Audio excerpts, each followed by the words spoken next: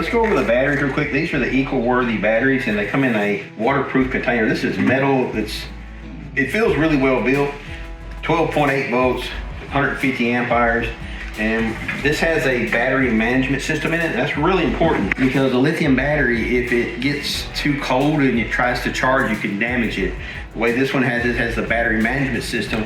So when the battery gets below 34 degrees, I think is what it is, it will not let the battery charge and damage itself. So don't think it's going to be a problem. But if it is, this has a battery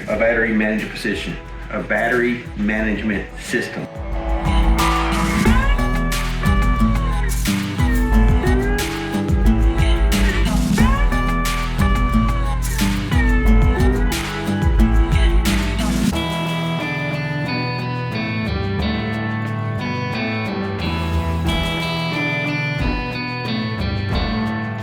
All right, let's go run the cable, the solar cables from the solar tracker to here.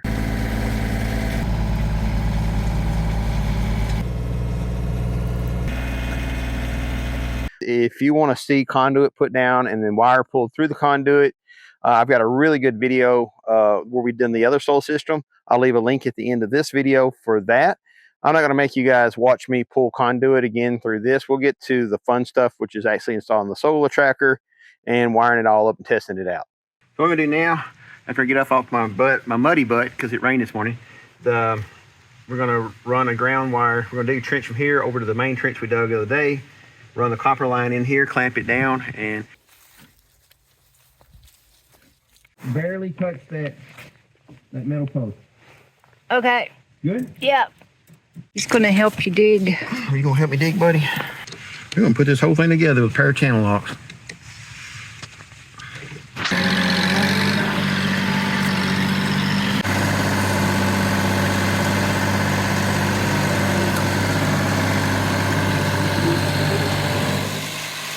I'm gonna put some extra down up under this. Fold it up so that a crisscross pattern, so we have extra. About a foot extra. Yeah, about a foot. Solid copper. This stuff's expensive. All right, I had to go get my big crimpers.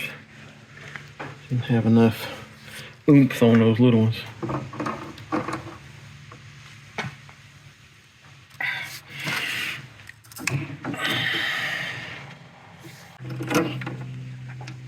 When all this is going to be covered up to here, we'll have a box that comes along and it'll be open right here. All this has got to have air. We just need some solar power. Let's get to it. Let's get to it. So I'm not going to show you how we set, our panels up step by step, because unless you get the exact same panels that we've got, they're not going to fit. And even different runs from the same company may be a little bit different in length and dimension and thickness. There's a lot of variables. So when you read the instructions, just understand you got two different clamp systems. These are double-sided clamps. They're panel clips on either side. And then these are single-sided clamps right here. And you'll see these are your end clamps. So you'll have one like this. These are the eco-worthy panels, and they're heavy build. I'm impressed with you.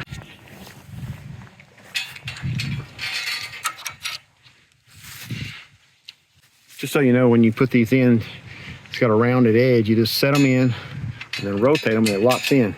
If you want to take them out, just rotate them back to the left.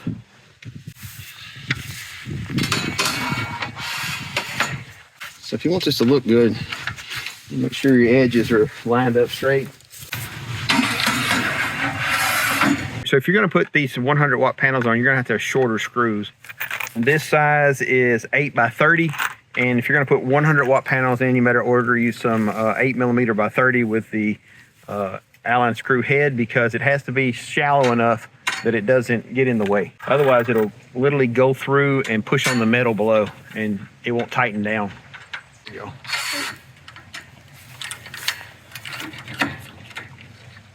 There. So this is a little 20 watt solar panel system that I ordered off of Amazon. It has a 20 watt solar panel and a charger that all comes together. It's a little kit. It's not very much, it's not very expensive. I'll leave a link for this kit. I just thought it was an interesting way of charging the system and keeping it autonomous. Yes, I said autonomous. It hurt my head. We've been using this 20-watt solar system to power the solar tracker now for, I guess, about 2 weeks at the time that I'm editing the video. So when you see this, it will have had at least 2 weeks of operation. And to this point, it's worked perfectly. The battery's staying fully charged, and we've not had a ton of sunny days, and it seems to be a really good setup. In some of my other videos about the solar tracker, I talk about making the solar tracker correct itself not as often. You don't want it to move constantly. You want to let the sun move a little bit and then have the solar tracker correct. Then the sun moves a little bit and then you let the sun or the solar tracker correct. If you just have it constantly trying to correct as the sun moves across the sky, every little tidbit, you're going to run the battery down. It's going to use a lot of energy that way. When you just have it move about every 3 to 6 minutes, it'll re-look at the sun and then move to that point. It's still just as efficient, and yet it doesn't cause it to use a lot of energy. On a normal day, this solar tracker is producing about 40% more power than a stationary system set up with the same number of solar panels. That's not the best though. The day that the solar panel is the big winner is those days when a traditional solar panel is set stationary to the south and we get clouds that come across in the midday. Well, you don't get that peak output because the clouds come across when the solar panels are aimed perfectly. Well, in this case, this solar tracker will move to the morning sun and may catch morning sun, and then when the clouds come across, it doesn't bother it, and then the evening you might get sun again, and it actually gains that power back. It's really a big win. Win right here. And we're going to be installing this wind turbine. I think you'll enjoy it. This is our first time installing a wind turbine, so learn with us. All right, one side of this has got indentation. They have indentions on both sides, but one side has it's flat with rounded edges, and that actually goes, looks like, towards the unit, and it fits really good. Put the fan on it, turbine, and then put this big nut right here. And then there's a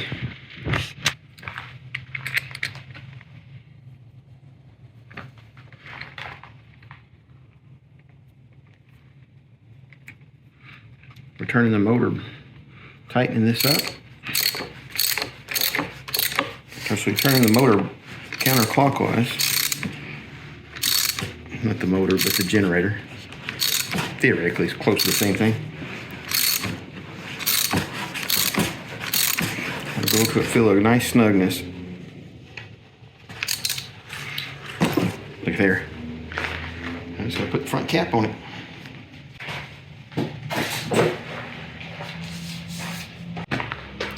This looks to be just like clips on. How easy? How easy was that? What I've done is made me kind of like a little knot. All right, we're back over at the house. I got my shop, my welder. I'm going to go ahead and take this big piece of black iron pipe, and it's got threads on one end. And what I'm going to do is cut the threads off, and then I'm going to weld the little plate that comes with the wind turbine onto that, so I have a place to bolt it up, and then we'll be back over at the farm.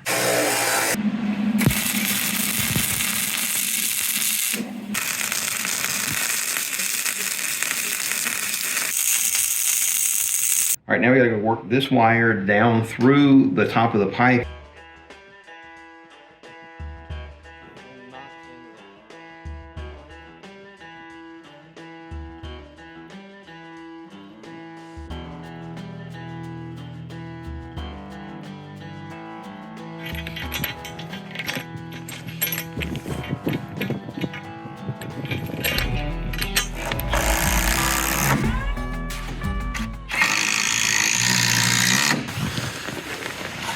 Yeah.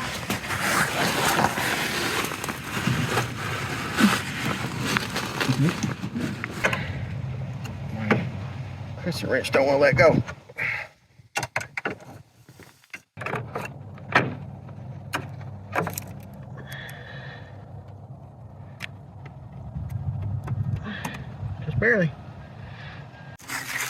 Okay, now we've got the actual wind turbine mounted. It's above the greenhouse roof. That's important because as the wind comes from the west towards the east, it's going to ramp up and hit the actual wind turbine. I think it's going to make a positive effect on it. And these are all 6-inch bolts, or I guess they're timber screws. They're all screwed into 6x6s all the way through. This just goes right in there. Now we got to run the other wire.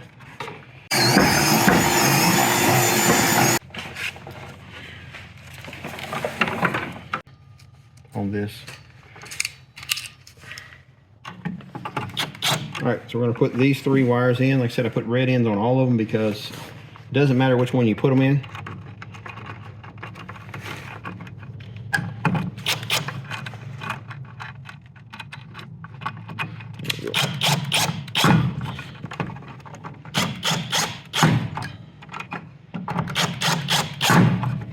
Now we'll put a couple of clamps up here to hold this in place, make it look better.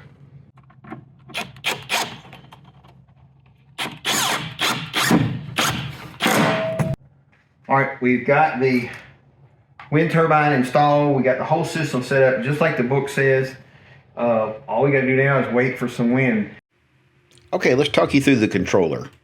If your screen is black, you'll push the escape button and this will take you back to your home screen. Just be aware that when you enter the home screen, it'll be rotating through the data points. And like the one that's showing right now, it says UBAT, that's 26.7 volts. That was the current state of the batteries. The next data point is UFan, and this shows you the output voltage of the AC wind turbine. As you can see here, it shows 1.6 volts. It's because there was no wind, and this was residual. It kind of tapers off. All right, this is UFan, and it's showing that we're putting out 27.4 volts right now. I've got it set where it'll break itself at 51.2 volts. The next data point is UPV. This shows you the output voltage of your solar panels. The next data point is iFan, and this shows the output of amps of your wind turbine. As you can see, we had no wind at this moment. The next data point is IPV, and this is the amps that the solar panels are putting out towards the battery at the time of the picture. This is going to be messy. I'm holding the cell phone, but I'm going to try to walk you through setting up this controller. So first, to get in the controller, just push escape. That'll bring you to your screen. Then you're going to push the enter button. And these settings, when you first set up, this is irrelevant. You want to bypass all of this and go all the way over past the power settings for the 12 volt. Okay, here we are. Now I've already got mine set up on number 2. You can move this up or down. Up, down, lead acid. Number 2 is a lithium iron phosphate, which is what we got. And then you're going to push enter. And then it's going to bring you to the next screen. So let me jump in here. This gets complicated. The manual really doesn't cover this very well, but you have what are called strings. And if you are going with a 24 volt system, the standard string or the default string is 6. I believe that the translation, there's something lost in the translation here. After an hour or better of just messing around with this, I think I figured it out. And it's basically where you can set the variables. Depending on the battery manufacturer, each battery has a range of voltage that is acceptable. You have to mess around with this and go either start off with 6 and see if that voltage is okay. In my case, I ended up going to string 7, which allowed me to set the parameters for my battery correctly. Starting now, this is where you'll set your, once you set it on lithium iron phosphate and then set it, get it to your batteries where it's got the correct ranges for your battery. This is where you'll set your actual battery setups. Don't use my settings. These are for my batteries, and every manufacturer's battery is going to be a little bit different. And what I've got is 21.6 is my under voltage, and then 24.8 is my recovery. And that's where it will allow to turn the 12 volt power on, because this thing has 12 volt out, which I have mine turned off, so it doesn't even matter. And then here is your can't see. That's over right there. So if your batteries get over that high, it'll shut solar and stop charging basically. And then this is the recovery over. When the battery voltage drops down to that point, that's when it'll actually start charging again. And then this is what my battery's absolute highest voltage can be, 29.2. And then here is my float, 29. This is the way I set it up. All right, this is your fan brake. So what happens is once the wind turbine reaches 51.2 volts, then it will start sending power up to this resistor. And it's been running a lot today, and it has hit that. I thought this was going to be like really hot, but so far it's never got hot. I'm not saying a storm might change that, but you can see here we're at 50. That's the setting. That's where the resistor will kick in and slow the wind turbine down. So the next setting, let's see. Now this is where if you want to turn power on coming out here, the 12 volt. We're not using these 12 volts, so I turned it to, you can turn it how many hours? That's 0 hours. And then you can, that particular one was the overall, like per household, which it stays on all the time. I never went through the process of worrying about it because I'm not going to put 12 volt power out here. It's going to be all done through an inverter. So I just turned everything to 0 hours on T1, T2, and T3. And then I turned the percentage down to 0. And then that takes you back to your type of battery, which is lithium iron phosphate. It'll be flashing over here. If you want to change it to lead acid, or it's got like 4 settings. It's in the manual. All right, I think that explains this as best as I can. I'll take any input that I can. I got my Kuwait's multimeter out here. I really enjoy this thing. It does a good job, and it doesn't break the bank. It seems like a really nice built multimeter. So I'll turn this on to volts. I don't know if we can set that where you can see that. You have to look down.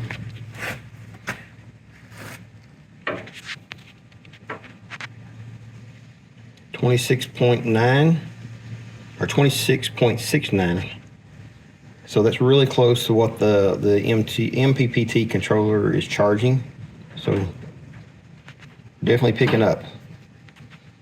Took me a while to figure out how to set that thing up.